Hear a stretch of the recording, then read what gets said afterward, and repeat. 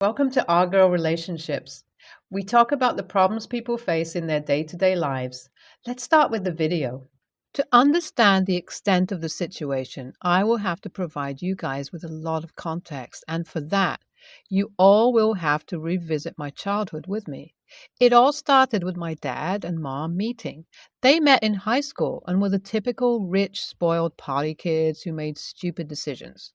Honestly, by the way my dad describes it, I feel like if it weren't for his very strict parents, who would have knocked up my mom in high school itself, but regardless, it was bound to happen sometime, and it did in college. Honestly, looking at them, it's shocking to even know that they were in college at a certain point in their lives, but regardless, it didn't last long. And soon enough, my mom fell pregnant and gave birth to my elder sister, Miranda, who became the Satan in my life. So my parents ran away soon after giving birth to Miranda because obviously my grandparents were not at all happy with how things had turned out. So they made them follow their own rules if they wanted to live under their roof, and of course they couldn't live with that. My dad stole a lot of money and ran away with Miranda and my mom. The cops were called on him soon after because my grandparents weren't going to have any of his BS. They immediately disowned him and gave up on any responsibility which they were going to take from Miranda. Well, if this is horrible enough for you all, just wait for it because things are only going to get worse from here.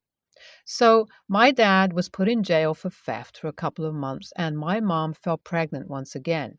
By this point, Miranda was around 2 years old, and apparently, according to my dad himself, he was ecstatic to find this news out while he had absolutely no means to take care of me, let alone his existing family.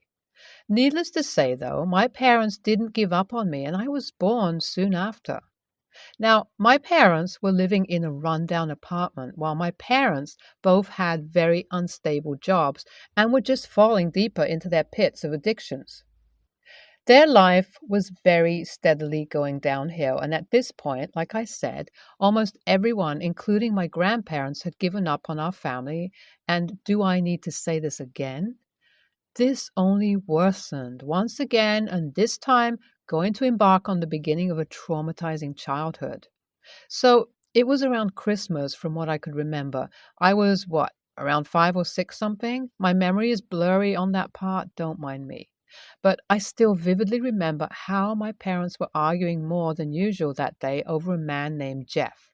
My dad would proceed to call my mom all sorts of names and associate it to Jeff, while my mom wasn't a saint either. She made sure to yell at him back. However, regardless of all these arguments, we had a small, warm Christmas meal and went to bed quietly. Being used to this, such a lifestyle had become a new norm to me, and so I just chalked it up to a bad day and thought nothing of it. But boy, who would have told me that this was the last time I'd see my mom? So I woke up the next day to my dad and his friends going crazy. He had a letter in his hand, and I soon found out that my mom had left us. I wasn't sure of the reason, but I did soon. That too, in the worst possible way. It started from Miranda, who began making fun of me because I didn't belong to my dad. I still remember the first time. It was heartbreaking. Soon enough, though, this torment was followed by my dad, and it just became a trend. It didn't take me long to realize that I was the reason why Mom left me. I was the result of her affair with Jeff. Unfortunately, though, little me couldn't do anything and had to suffer through this torment all my life. I was made to do all the household chores as my dad, who now got with another woman and had stepchildren, started treating me as an outsider. I got out of the house the moment I turned 18. The harassment didn't stop there because now that my dad lost a free maid, he was mad and would have all his stepchildren along with Miranda stalk me relentlessly until one day she tracked down my house and broke in, causing me to call the cops on her and have her arrested along with getting a restraining order. Ever since then, they all have been quieter than ever. Around this dark time, I met Ryan, who I fell for, and we began dating. He knew about everything that had been happening with me because he was the one who held me during all those nights I would cry myself to sleep over everything that happened. We have been dating ever since, and honestly, till this point, I would have said that there was nothing else in this world that would break us apart. I was so happy and so proud of our relationship. I thought Ryan was the family that I needed and one that I never had. Hell, we even celebrated our 10-year anniversary last month, so how could he just. It all started last week. Well, I'm not going to lie, I have been ignoring all the red flags since the past couple of months, like hiding his phone, being too protective over it, taking it to the bathroom excessively, etc. I just chalked it up to him wanting space, and that was that. It was only last week that all the alarm bells started ringing as I found a lipstick at my place that I never used. I knew exactly because it has an ingredient in it which I am horribly allergic to. Well, regardless, I try to get my mind off of this because now I'm panicking like crazy. From the very night I found it until the next morning while I'm at work, restless over everything. I know I need to talk to Ryan, who'd be at home working. So I decided to leave work a whopping 5 hours earlier than I should. God bless my amazing boss for letting me go, and drive back home with horrible anxiety in my stomach. I guess, now that I think about it, it was just my gut feeling screaming over it all. Well, I return home trying to reassure myself that everything will be okay and open the door with the keys that I have, and there I have it. Miranda on top of my boyfriend of 10 years having the time of her life. She gets up immediately, more like gets pushed off by Ryan, with a smirk on her lips, and it is only Ryan who is scrambling to get his words together. My eyes immediately start tearing up, and all I can get out is, "Why?" before leaving the apartment, slamming the door shut, and running to my car as I start to drive. I knew where I was driving. I had to because otherwise I would make terrible decisions. I get myself to a friend's house and cry myself into a word vomit as I tell her everything that happened. She held me like a little baby for hours, and I don't think I will ever be able to express my gratitude towards her enough. My phone began blowing up ever since, and honestly, it wouldn't be shocking if it was just Ryan, but the fact that it's everyone, including Ryan's family, Ryan himself, and Miranda, along with my dad, blowing up my phone and telling me all sorts of conflicting things, is what makes the whole situation so conflicting. One thing I have made clear to Ryan is that I will be running to the lawyers, who I have already made an appointment to, so that I could talk to them about the violation of the restraining order by stepping on my property. And I will make sure to let them know about how it's him who has called her over, knowing fully well about the restraining order. He's been begging up and down for me to reconsider, and although I'm leaning towards my decision, I can't help but question myself. AITA? What should I do here?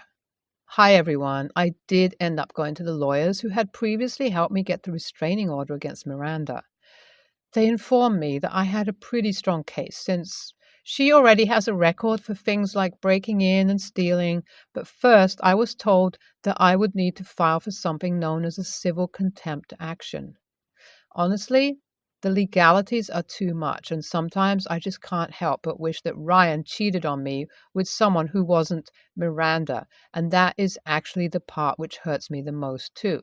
Regardless, I know I need to keep my chin up high and face the situation. There's also a second part of this update, which is honestly something I myself am processing because it really is a lot. My grandparents from my dad's side actually reached out to me through an email, which I assume was written by someone else. They told me that they needed to speak to me over important matters and that they'd love to have me over for a cup of tea. I have been considering their offer because it seems both tempting and a good opportunity to bond over. Any suggestions? Here's an update. The court order is still in progress and processing everything. I ended up meeting my grandparents today, and honestly, there's so much that we spoke about that it feels like every missing piece of puzzle just fit in finally. So, well, to put it in short, my grandparents have been working on their will.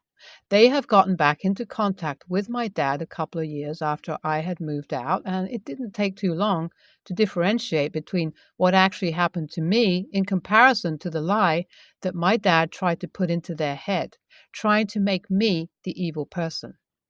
They were hesitant to reach out to me all along, though, and just knew they wanted to do something for me. So they decided to put most of their assets under my name and next to nothing for Miranda. This annoyed my dad and his family to another level, causing them to formulate this plan to break me. Well, honestly, I would be lying if I said I wasn't broken, but at the end, it still feels like the victory is in my hands.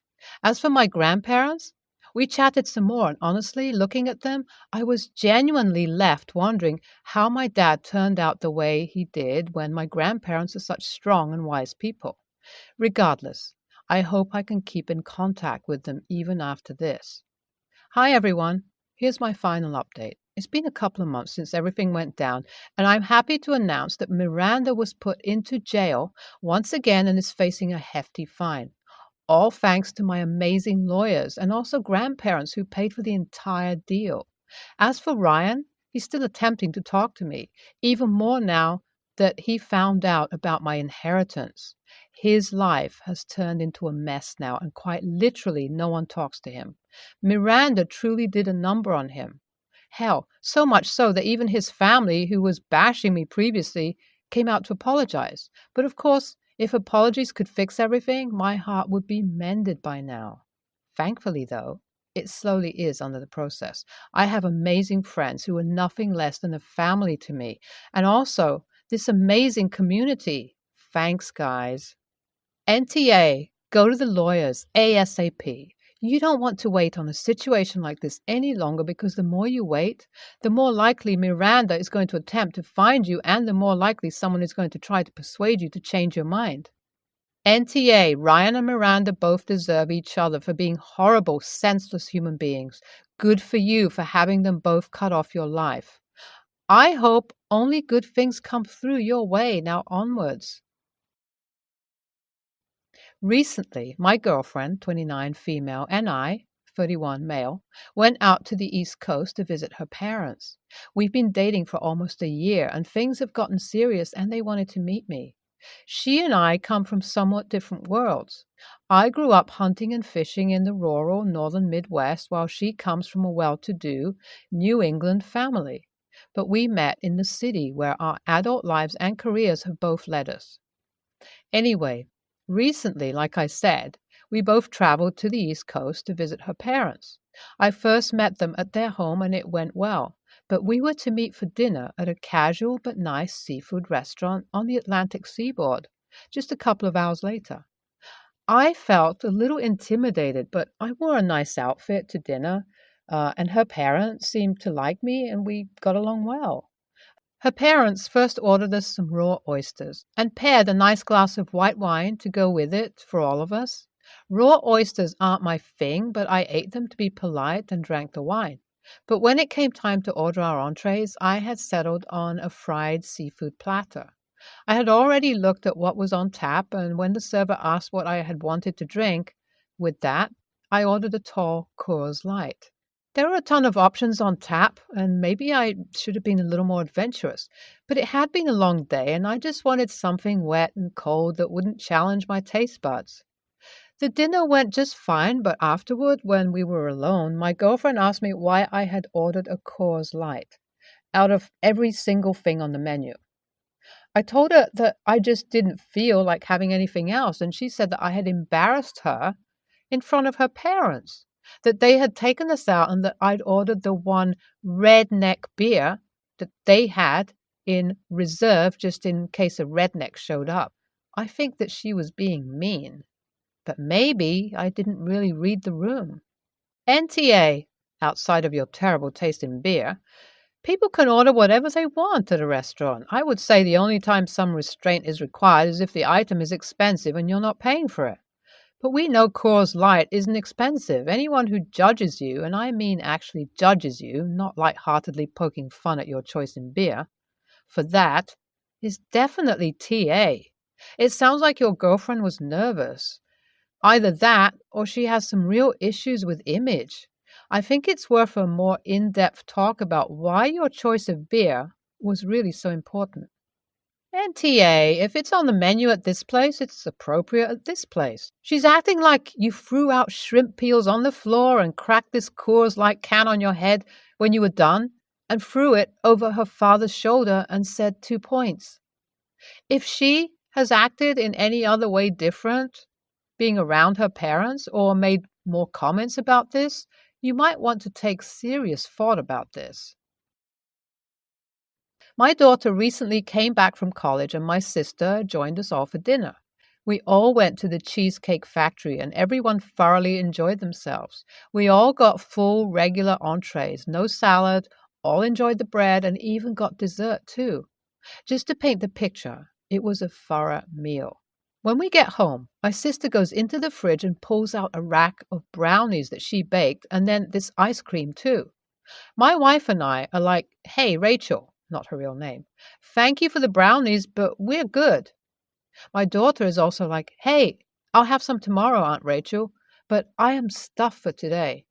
Rachel then is like, "Okay," and gets a big bowl for herself and some ice cream and then keeps asking my daughter to have a spoonful. My daughter is like, "No, really, I'm good." Then Rachel is like, "Oh, did your parents say you can't have any?" She's like, "Hey, Aunt Rachel, no, I just don't want to eat so late. Plus, I am full." It was getting weird. I could tell my daughter was uncomfortable. I was like, "Rachel, thank you so much for the brownies, but we don't like to eat so late." This is when it got weirder. Like, I am guessing Rachel took it as all of us ganging up on her. Like, I could see on her forehead it was getting sweaty. And she's like, "It's toxic. You taught your teenage daughter diet culture just so she could look good for men and fit into white beauty standards." I got really annoyed by this. And I was like, "Rachel, we encouraged our daughter to lose weight so she would be healthy. We have a family history of diabetes, and there is a reason why you have diabetes and I don't, and why my daughter won't either." And after this, it just got really bad. She starts crying like crazy and says she was just standing up for young women. She ends up leaving shortly after. My wife tells me I was being too harsh. My daughter says that she is sad that Aunt Rachel was crying because she knows she wants the best. I feel like it's a really weird place. My sister doesn't have a family of her own, and she really wants someone whom she can mentor like a child too. And we have had tons of aunt niece days, but I am really questioning her judgment these days. She does work in education policy and helped my daughter out a ton when it came to colleges. But for me, I feel like Rachel wants my daughter to be like her, and in a ways be fat too, and that's why I said in the title, "Undo my daughter's weight loss." If someone is repeatedly pressuring someone else to let something they don't want into their body, that person is always the a-hole. Penis, drugs, brownies, gin, doesn't matter. If you say you don't want it in your body, that should be the end of the conversation. You could have been nicer, maybe, but TBH, if someone told me in front of my teenage daughter that I was toxically grooming her for men's use, I wouldn't be polite either. NTA, because your sister was wildly out of line and assuming that your daughter is in fact healthy and you aren't hassling her into unhealthy or unhappy weight issues. If you are, then ESH, obviously. NTA, coming from a pretty fat person, your sister is toxic. Your daughter said no multiple times. Trying to give somebody a binge eating disorder is just as bad as anorexia. Also, your daughter had dessert. It's not out of norms to not have a second dessert immediately after, and that is not a slight to your sister who took it that way. Also, being fat doesn't mean you get to try and get others to be unhealthy. Being unhealthy here, being the not handling their diabetes, not being fat by itself. It's not like you are being overly restrictive of your daughter because you took her to the Cheesecake Factory in the first place. It sounds like you are teaching your daughter good habits that will help her at any size and is focused on health, diabetes risks, not appearance.